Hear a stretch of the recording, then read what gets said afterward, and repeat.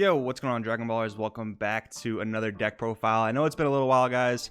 We're all going through it right now. I needed a few personal days to get some stuff together. With that being said, I am back here to bring you guys the Beerus Height of Mastery deck profile you guys were asking for from the gameplay earlier this week. So we're going to get into that deck profile. Guys, if you want to help out the channel, there are very free ways to do that. Number one, you can subscribe, you can like a video, you can share a video.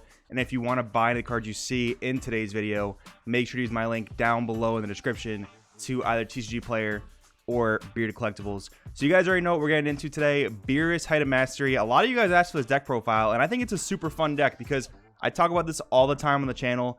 A deck that allows you to go from any stage of the game, aggro, mid-range, and even a decent amount of control. And a deck that can pivot in all these different directions. I'm a huge fan of. I think it's a very powerful strategy, and this deck is chock full of bombs, which we'll see in a second. So Beerus Leader, real quick, pretty simple effects. Activate main once per turn, choose one red or yellow card from your hand, place in the drop area, draw 2, awaken at 4 or less life, untap 2 energy. You're going to hold this awaken a lot of the time until you're ready to go for game, and I'll explain that more once we get into the deck profile. But just keep that in mind. You don't want to really awaken willy-nilly in this deck. You really want to awaken when you're going for game. A lot of times people ask, well, I'm not sure when to awaken, like when I need to do it. So in this deck, you're going to do it when you're going for game. On the backside, we're not really going to worry about this too much, but he has an activate main that says once per turn, pay a red and a yellow, and KO any of your opponent's battle cards, any one battle card. It's a really strong effect, but really, you're spending a lot of your energy proactively in this deck, so that's not really going to come up unless you're in like a really, really strong grind situation with your opponent. That's not going to come up too often, but it is there, so it's important to know about. And then the activate battle is much more important. Once per turn, choose one red, yellow, multicolor card in your drop area and combo with it.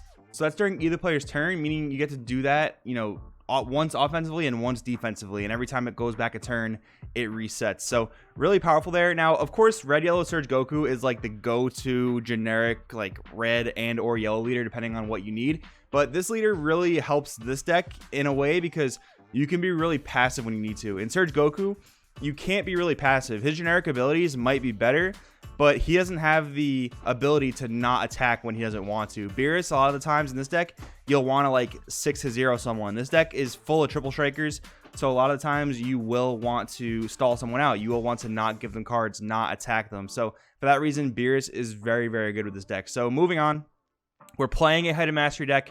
This is our swap engine. So 4 Successor of Hope searches pretty much everything you need, so it's basically a 4 of everything except the Height of Mastery, which we're playing 3 of, so you can just eventually draw into it. 3 is a great number with the amount of draw power that Beerus has. You'll see most of your deck by the end of the game, and you'll see why that is throughout the rest of the deck profile. 2 Adopted Father Son Gohan, you only really need 1, so there's basically 6 copies in the deck. We're playing 2 so that you just don't get unlucky and get 1 in your life, because you do want to have that 1 energy start to a 2 drop. So seeing 1 is really good. 4 Dependable Dynasty Son Goku. This is one of the ways that I said this deck can go aggressive. So you want to play 4 of this because with 1 Grandpa and enough energy, you can spam 4 15k beaters, you know, throughout one turn, throughout multiple turns, maybe with your Awaken. Sometimes the Height of Mastery game plan isn't going to work out. Your opponent's being too aggressive or they have all the answers. So you might want to go with this aggressive wide strategy. We're playing 1 Intrepid Dynasty Son Gohan. I really don't think it's even that essential, but I'm including 1 in the deck because sometimes having that protected 2 drop to go into your barrier 3 drop can be pretty good, but realistically, I don't think it's super necessary. This is a pretty flexible spot, but it is nice to have that protection. Son Goku, Path to Greatness, you need this to go into your Height of Mastery. Again, with 3 copies, you have 7 total copies with Successor of Hope, and then your 3 Height of Mastery, your main win condition. You play it with Path to Greatness. Tap 3 of your opponent's things, typically going to be their energy, maybe their blockers if they have some. You're going to go for a dual attack triple strike. This is the main win con of the deck, but I want to go on to the next part of the deck, which is a lot of the red yellow stuff, which provides another win condition. Another reason why this deck is so cool. So 4 Beerus No Holds Barred, 3 Son Goku Heartfelt Plea. These cards were pretty much made together. Like, these cards just work so perfectly. Beerus, a 2 energy 25k arrival, pops anything 30k or less, or keeps their leader locked down, which is actually really strong against a lot of different decks, like U7 Invoker, stopping the leader from cycling draws, like Surge Goku, stopping their leader from cycling draws, stopping them from going in for that huge crit against you. And the removal is also really good, but it just works out so well with Heartfelt Plea because on the turn you're ready to awaken and go in.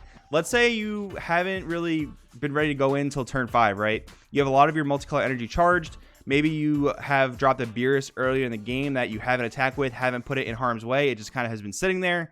On like a random turn 5 or 4, you're able to establish your Height of Mastery, awaken, drop a Heartfelt Plea next to that Height of Mastery. That's like the Christmas land of this deck. That's the overall just like destroy your opponent part of this deck, and it's really, really powerful. And the reason I mentioned that you want to hold your awaken off until you're ready to go for game is because of the next card, Almighty Resistance.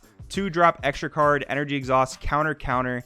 If your leader card is red and you choose 1 yellow card in your hand and place in your drop area, negate the counter attack skill. So whether it's your Height of Mastery, whether it's your SS4 Heartfelt Plea, whether it's anything else, you awaken, you automatically get that 2 energy back for Almighty Resistance, which Red Yellow Surge Goku, it doesn't give you 2 energy back immediately when you awaken, unlike Beerus does. That's another really big pro to Beerus in this type of deck. Getting 2 energy on command to use for Almighty Resistance is really, really powerful. So it's another one of the main reasons why Beerus helps you win in this deck. Now, some of the red stuff we just need to play. 4 Whis, Godly Fundamentals. This is one of your things to help yourself awaken. Keep in mind, though, that you can warp this from your drop area. You don't have to take a life to -5 something. So if your opponent has a pesky 1-drop, like maybe a Frieza Death's Embrace, you can warp the Whis from your drop area and get rid of that immediately. You don't have to take a life, so that's really important to know. We're playing 2 Beerus Balls and no Denial of Hope in the main deck. Now, Denial of Hope is definitely a sideboard-worthy card, but we're playing Beerus Ball because a lot of our win conditions lose to Chomp of the Trickster. So Beerus Ball being able to be tapped out and then answer Chomp of the Trickster so your Height of Mastery goes unimpeded, that's really important. We're playing 2 of that for that reason. Topo Righteous Aid, it's red. You're playing 4 Topos. Luckily, this card's getting reprinted in the summer, assuming all manufacturing and producing stuff just goes as normal. Topo will be reprinted in the summer, so a lot of people will be able to get more access to this card, but still, really, really incredible card. You want to play 4 of in red. Next up, we're talking about just some fundamental core pieces of the deck. We got 4 Whis Spectator. It's your red yellow check land. You're pretty much going to play it. Then we have the new Destroyer Angel Rare Sidra. So 2-drop 16k energy exhaust permanent. When placing this card in your energy from any area, you may choose 1 red card and 1 yellow card in your drop area. Send them to your warp. If you do, negate this card's energy exhaust skill. So this is basically another check land. It's a little bit harder to set up than Whis, so we're playing less copies of it. But in Beerus, it's actually really easy to set up. And in Beerus Height of Mastery, it's even that much easier to set up. So you can have this thing live as early as turn 2, because you can go turn 1, discard a red card, whatever it is. It could be a topo, any random red card, and then you can activate Successor of Hope to search out any swap piece you need. And there's your red and yellow card already. So going into your turn 2, you can charge this by removing those 2 cards, and it's just super free. It gives you more flexible energy, and in this deck, flexible energy is actually really, really important. So I wanted to go and add the 2 extra slots for more check lands. For Elegant Assistant Hellas, this is a super combo I'm going with. I'm going to talk about cards later on that you could potentially swap around in this deck, and super combos is going to be one of those slots, but I really do value the ability to pitch dead 10Ks and dead extra cards out of your hand and get more combo power when you need it. Gods just have such a strong super combo in Hellas that it feels almost wrong not to play it, but we will talk about another option you can play later in the deck. So the final 4 cards in the deck, Pan, Great Ape Whisperer, and 2 Chomp of the Trickster. So Pan, Great Ape Whisperer, I talked already about how Height of Mastery next to SS4, that's 3 triple strike swings, which is really insane, a whole ton of pressure on your opponent. Pan the Great Ape Whisperer, if you can drop this by awakening at 2 life, which Beerus can pretty easily do by holding the Whis Godly Fundamentals till the right time, adding this and dropping this gives one of your attackers an extra triple strike, which is just so insane. This card is such a powerhouse. You should definitely play 2 of it. 2 Chomp of the Trickster, just so you have the answers to some of your opponent's bombs. So now, like I said, I want to talk about a few things you can potentially play in the deck. Now, you'll notice there are no secret rares in the main deck. The main deck is just so chock full of gas that I didn't really feel like it necessarily needed a secret rare. Like Victory Strike would be an amazing secret rare. If you have it, I'd probably recommend playing it because it gives you a lot of reach and a lot of different matchups, but you don't necessarily need it to win all your games. That being said, it is a great addition, but this deck's really flexible in secret rares. You can easily play Smoke Dragon, you can easily play Baby Janemba, Corrupt Coalescence, and all of them have their different applications and different matchups.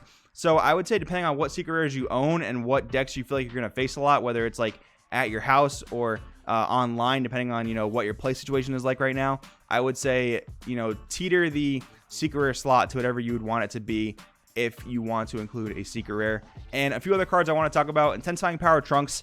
You can use some more self-awakening in decks sometimes, like decks like Blue-Green Piccolo and decks like U7 Invoker. They're not always going to let you awaken, so sometimes maybe in the sideboard, maybe fitting it in the main deck, depending on what you think you'll play against a lot, you could use some more self-awaken. Son Goku the Rescuer is an incredible sideboard card that you guys can use if you need to be more aggressive. The auto is a really important part here. When a battle card is returned to a player's hand by his skill, if Son Goku the Rescuer isn't in play in your battle area, you may play this card from your hand. So basically, when you activate Swap, you get to play this free 15k body from your hand. This is an amazing 2 to 3 of in the sideboard for when you want to be more aggressive. I'll just say it again. And then finally, guys, the last card I want to talk about, potentially including Whis Celestial Moderator. This would be the sub in for the Elegant Hellas. If you didn't want to play the Hellas, if you were afraid of decking out, or if you just want the ability to minus 10k things, if you want your arrivals to be a bit more easy, because Whis is a multicolor red-yellow super combo, Whis could be the answer for you. I can definitely see playing this over Hellas. I think there's pros and cons to both, so I think at the end, it's all up to you. But guys, hopefully you enjoyed this deck profile. Let me know in the comments below what you guys think. Always drop down below too what kinds of videos you guys want to see, because we are in a slower time of Dragon Ball Super. I'll take all the suggestions I can get. Guys, thank you so much for watching. I will see you all next time.